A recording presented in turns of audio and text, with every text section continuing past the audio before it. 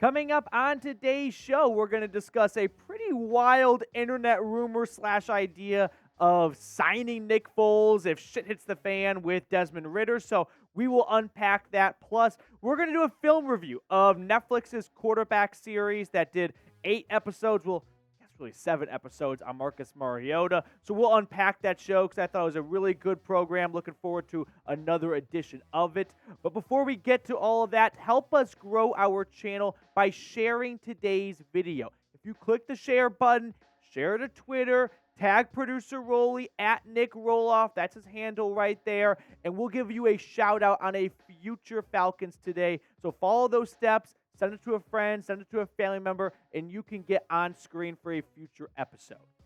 Now, let's start things off by looking at an interesting article. Interesting is putting it lightly. Fansided suggests that the Falcons sign a couple of quarterbacks if things go wrong with Desmond Ridder, and one of those quarterbacks definitely caught my attention. It was Nick Foles. So, let's get into the weeds about Nick Foles maybe coming to Atlanta if Desmond Ridder does not look like the guy. But I do want to get the pulse of everyone watching right now. What is your confidence level in Desmond Ridder? Scale it 1 to 10. If you have watched the show for a couple of months, you know that I am not a 10. I'm not a 1, but I am probably at a 5.9. I don't think I can be at a 6. That seems like a little bit too big of a number, but I'm right up to it. So I'm at a 5.9. Let me know what your confidence level is in the comment section. Now, some background on Nick Foles here. The former Super Bowl MVP with the Philadelphia Eagles has not been an MVP since then. He is 7-12, throwing 21 touchdowns and 18 interceptions since that Cinderella city in the city of brotherly love. Last year for the Indianapolis Colts, he appeared in 3 games and had 2 starts. This is just going to be ultimate sports trivia in like 10 years. Where did Nick Foles end his career? Oh, yeah, in Indianapolis.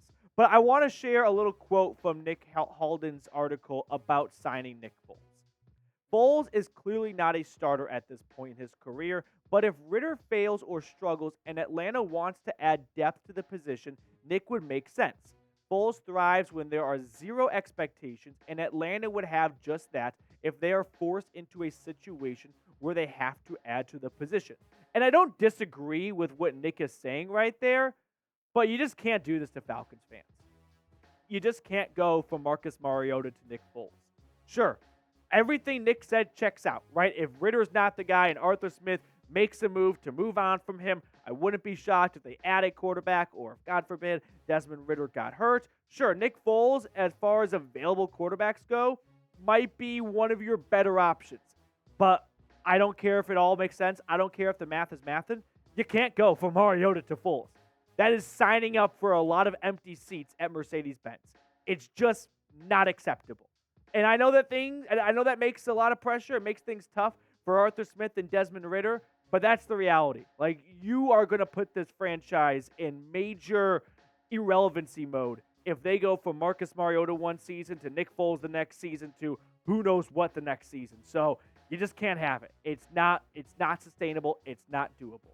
Nick Foles, in case you're wondering, the last 4 seasons, I mean, he played 9 games with the Bears in 2020. You might remember he's the quarterback that replaced Mitch Trubisky when they were playing the Falcons and led them to a comeback. But since then, he has not seen a lot of action. Just 1 game in 2021, 3 games in 2022. He's been bouncing around a little bit, overpaid by the Bears after a few games with the Jags following his peak with the Eagles. But Nick Foles is not that MVP anymore in my eyes. Now, I did want to share another little bit from Nick Halden's article. Again, it is important to note that this isn't a mark against Ridder or a lack of belief, but rather exploring Atlanta's starting options if injuries strike or Desmond doesn't live up to expectations. Nick, that's a little bullshit. You and I know it and you know it, okay? Because you would not write this article if you did not have a decent level of doubt for Desmond Ridder, right? No one covering Patrick Mahomes or Josh Allen is writing articles of if they don't meet expectations. Now, they're in different universes, but still, coming from a decent Desmond Ridder pessimist here, You don't write an article about maybe we sign Nick Foles, but again, this is just a contingency plan. No, that is not that is a mark against Desmond Ridder, right? Because you wouldn't write an article like that if you didn't have a high level of skepticism about Ridder not being the guy. So either be all in or be out.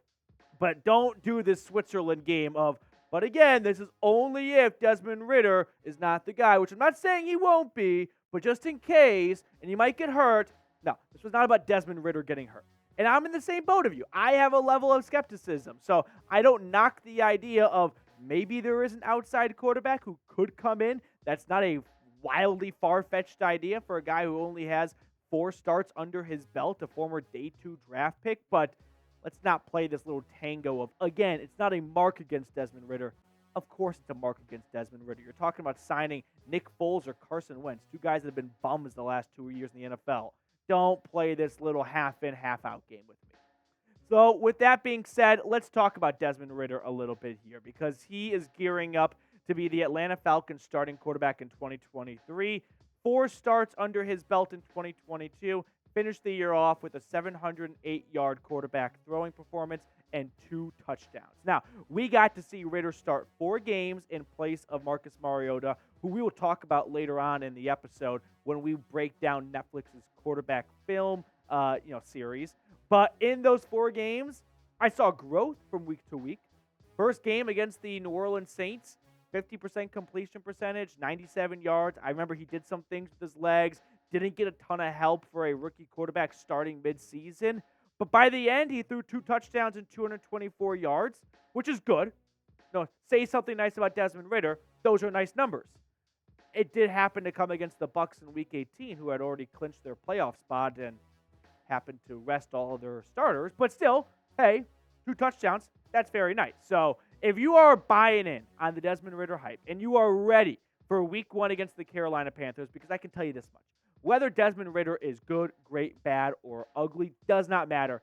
Atlanta is winning Week 1. I mean, that is just a guarantee. It's a fact. It is the lockiest lock in all of Lockland, USA. There is no way the Carolina Panthers with Bryce Young beat the Atlanta Falcons Week 1. So if you are ready for a Week 1 post-game show that's got some good vibes going, make sure to subscribe. That way you do not miss it because football will be here before you know it. And speaking of football being here before you know it, I binged Netflix's quarterback series all weekend long. Phenomenal. I thought it was really good. Not just because a certain someone happened to get a brief shout out in it. Episode 5, minute mark 36. I have an IMDb page now. But let's do a film review of Netflix's quarterback series. So, some takeaways I had from it. Mariota quitting, still a bit of a mystery, right? Never really got a clear answer as to why Mariota left the team. I know that the answer was he wanted to get ankle surgery, but didn't it feel like in season there was more to the story and that would come out in the show? It never really did. So that was kind of a bummer.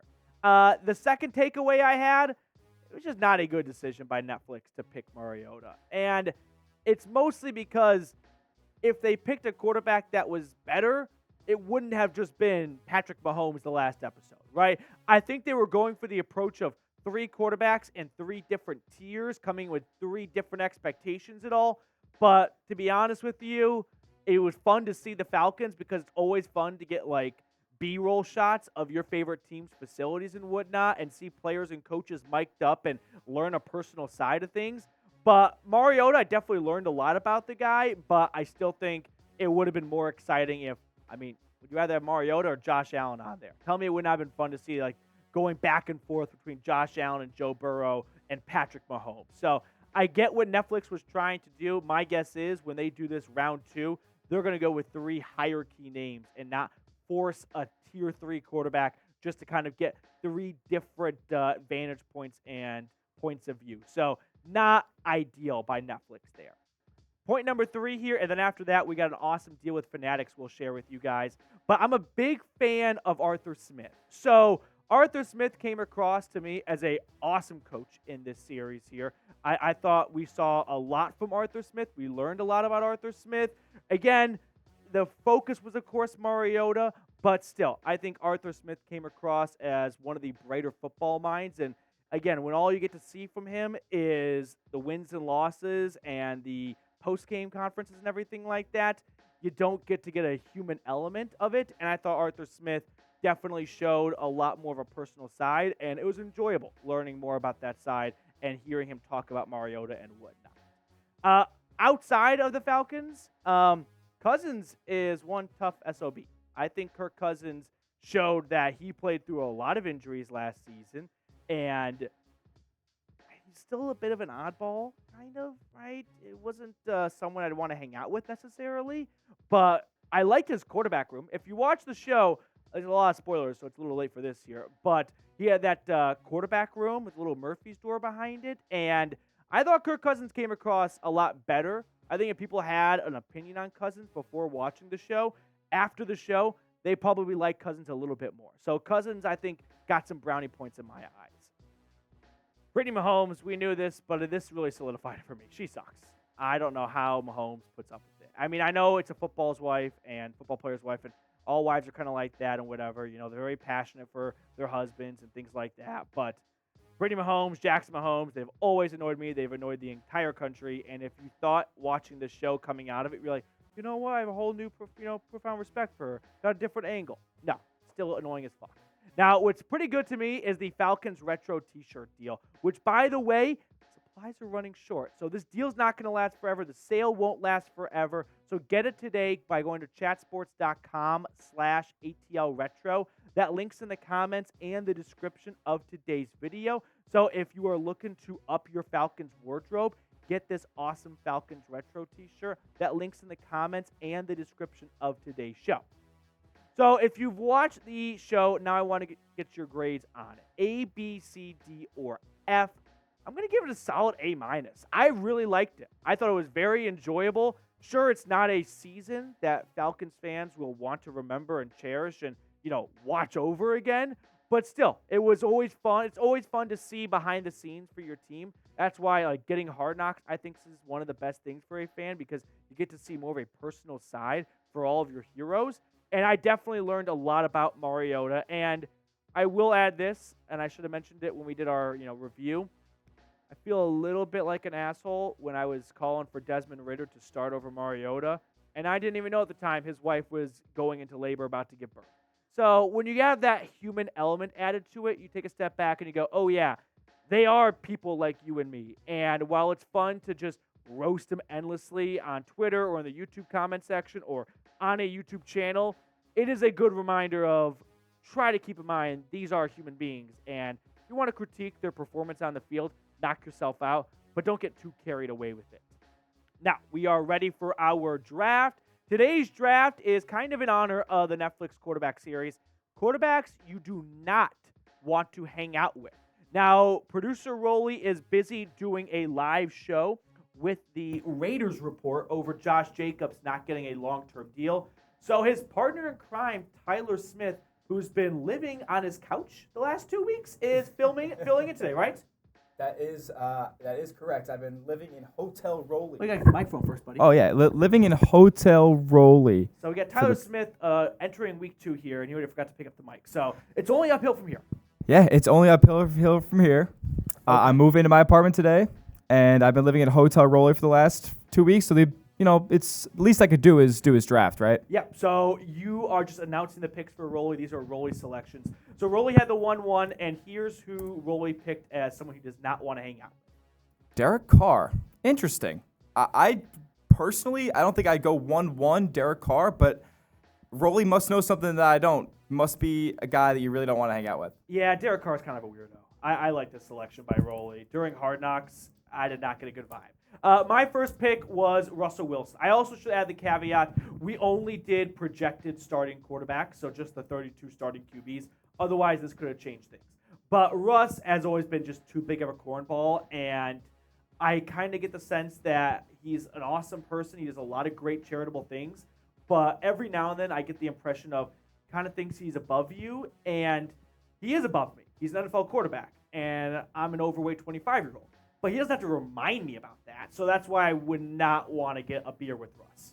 I could agree with that one a little bit more. And I can agree with this one as well. Rolly picking 3rd overall, Aaron Rodgers. Now, this guy's family doesn't need to hang out with him. And he also might bring some questionable substances to the hangout. And True. I don't think I need that in my life. Yeah, not a drug guy. Not a drug guy. Good job, Rolly. My second selection was Dak. His favorite color is gray. That kind of says everything you need to know about Dak, right? If someone is that bland, just not going to be a good hang. Just not going to be a good time. So Dak, not going to cut it for me. Rolly's 3rd pick of the draft, Kyler Murray. And I think this could potentially be because Rolly's not a Call of Duty fan. I don't know. Like, you can play a lot of Call of Duty with Kyler. I will add, I think Kyler is probably not like a very welcoming person. I never get a good vibe of Kyler as someone that's like, hey, I'm down to make a new friend. You know, Kyler gives me big time, I'm friended up. I don't need to hang out with new people. So, there's not a good guy to hang out with. My 3rd selection was Geno Smith. I don't know. If a former teammate punched the starting quarterback during training camp, maybe that quarterback isn't the coolest guy in the world. That's all I really have to work off of here. So, not a fantastic selection, but I think it's one of the only best options at the board. Rolly's last pick of the draft, Daniel Jones. And I could see why this is the case. He's kind of like the reincarnation of Eli Manning, who is a pretty fun guy now. Eli'd be but cool to Daniel hang out Jones, on the other hand, just super bland. Have you ever really got much character out of Daniel Jones? Yeah, I don't know. I don't know if Daniel Jones is like a country club boy, right? Played football at Duke. I don't know what Daniel Jones is from. I think he's from the Northeast, though. Yeah, I'm not exactly sure 100%, but I do know that he was on stage on a concert with Zach Bryan. So that is kind of cool. He's a country music fan, likes to get involved with live music. So I don't know about this pick from Rolly. Yeah, Daniel Jones from Charlotte, North Carolina. So I don't know. I just don't know a whole lot about Daniel Jones. That was Rolly's pick. My last pick, I'm just really afraid that Brittany's going to tag along. So I had to go with Patrick Mahomes. Patrick seems like a decent guy. Seems like a little bit of a cheese ball during the Netflix quarterback series. But again, the fear is that Brittany's going to come raining down on our little bro hangout and take him away after 30 minutes or want to hang out with us. And be like, no, it's cool. Like, you won't even notice me. I'm one of the guys. I'm a guy's girl. No one wants that. All right, that's going to do it for us on today's show. Clap it up for new producer Tyler Smith killing it behind the camera today on the 1s and 2s. So, Tyler, great job. Pat yourself on the back as long as you nail this outro.